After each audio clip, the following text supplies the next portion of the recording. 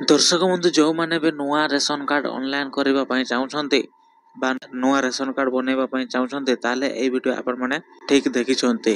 Video को आरंभ करबा पूर्व वीडियो को लाइक कर देंतु। चैनल जदि आपण नुआ आसेछंती ताले सब्सक्राइब कर देंतु, बेल आइकन को दबाए रखंतु जा फଳରେ नुआ नुआ अपडेट वीडियो आपण माने सर्वप्रथम देखि पारिबे। आपण जदि विवाह हेछंती ताले रेशन कार्ड केमिति ऑनलाइन करिबे बा केमिति अप्लाई करिबे तो आपण माने जे कोनोसी जनसेवा बा ग्राहक केंद्र को जाइथिबे सेठी पचारिबे आपण माने जदि नुआ रेशन कार्ड अप्लाई होचे ऑनलाइन होचे बोले कि आपण जदि पचारिबे ताले से माने हां कहिबे। जते बेडे ऑनलाइन करिबे सेते बेडे आपणकर रेशन कार्ड हेबो नै। कोन पई हो नै विवाह हेइछंती नुआ ताले आपण केमिति बनेबे। प्रथमे आपणकर मां बापा घरे आपणकर ना अछि आपणकर रेशन कार्ड रे सेटा को प्रथमे डिलीट करबे तापर जेकरी हेबो आपणकर नुआ रेशन कार्ड। तो सेटा को डिलीट केमिति करबे आपणकर ना ए वीडियो को पूरा फुल देखंतु जानि पारबे। तो एटा डिलीट करबा पई हेले आपणकर ना पूर्वरु को रेशन कार्ड रे अछि सेटा को आपण देखिबे। आपणकर मां बापा